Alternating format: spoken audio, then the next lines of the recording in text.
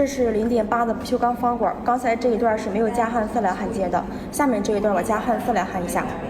看一下我这个焊枪，这个焊枪的话是一个软枪头的，可以像拿笔一样这样握。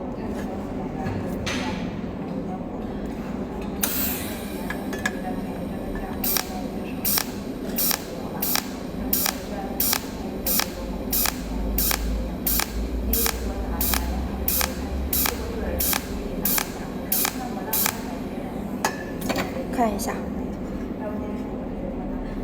这一段是加了焊色来焊接的，上面这一段是没有加焊色。